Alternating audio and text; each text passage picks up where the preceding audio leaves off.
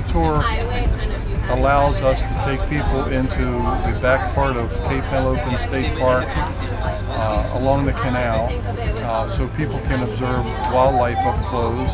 So in addition to seeing the wildlife, we can also look at what's below the water. We can collect things from underneath the water, fish. We have crabs, we catch in crab traps, throw the cast net out, catch other things. We also focus on the ecology of the salt marsh and its importance to the coastal environment. And no matter what the age, all young and old really enjoy the experience. And one comment was made at the end of one of these trips.